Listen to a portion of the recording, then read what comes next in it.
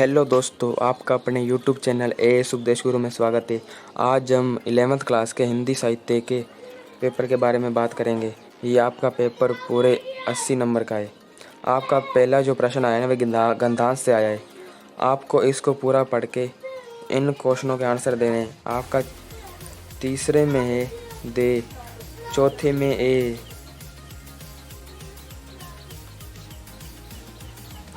पाँचवें में दे और छठे में आपका है से और सातवें में आपका ए, आठवें में आपका बे। दूसरा क्वेश्चन आपके पदांश से आया है। इसका पहले का आपका से, दूसरे का बे, तीसरे का से, चौथे का दे और पाँचवें का से और छठे का जो आपका है ना वो आप खुद देख लेना, मेरे को मिला नहीं। और सातवें का है रूपक अलंकार। और तीसरे क्वेश्चन में ना आपको स्थिति या घटना के आधार पर दृश्य लेखन करना है।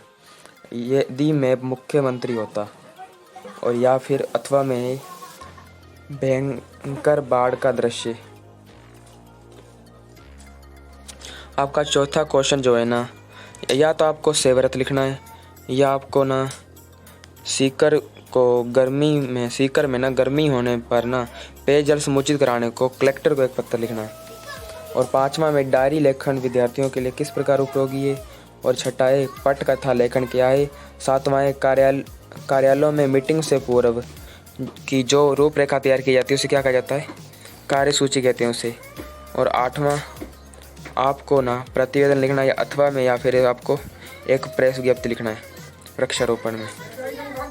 और आपका 9वें का है से और 10वें का आपका बे। समाचार के संदर्भ में डेडलाइन क्या है। और जो आपका 13वां क्वेश्चन है ना, आपको इस पद्यांश को पूरा पढ़ के इसकी सेहत प्रसंग व्याख्या करनी है, इन दोनों में से एक की। आपका 14वां जो है घर में वापसी कविता का मूल भाव, जो आपके धूमिल ने लिखी है ना उसका मूल भाव लिखना है। या अथवा में सपना कवित्ते नायिका की किस स्थिति का वर्णन किया है। और आपका 15वां है अरे इन दोहों ने रहा ना पाई, कहे कबीर ने किसकी ओर संकेत किया है।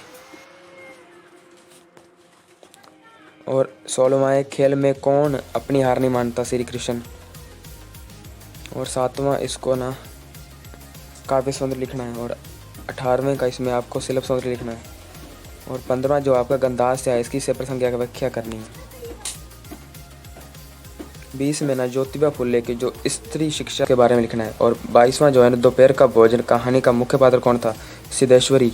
22वां है सूरज शाप टॉर्च बेचने वाला अपने दोस्त से कितने समय बाद मिला, 5 साल बाद। 23वां है हामिद के पिता की मृत्यु क्यों हो गई, कैसी हुई थी, हैजा के कारण। और 24वां है गूंगे को किसने पाला था, चमेली ने। और 25वां है लाल के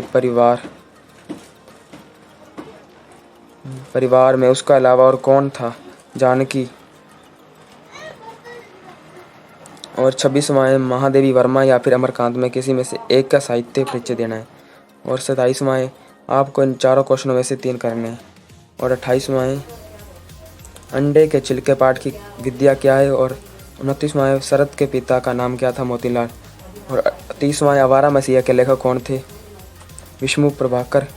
और 31वां है शरद को कहानी लिखने की प्रेरणा कहाँ से मिली थी, अपने पिता द्वारा लिखी गई अधूरी कहानियों से। और 32वां है अंडे के छिलके पाठ में सीरियल कौन पीता है, गोपाल।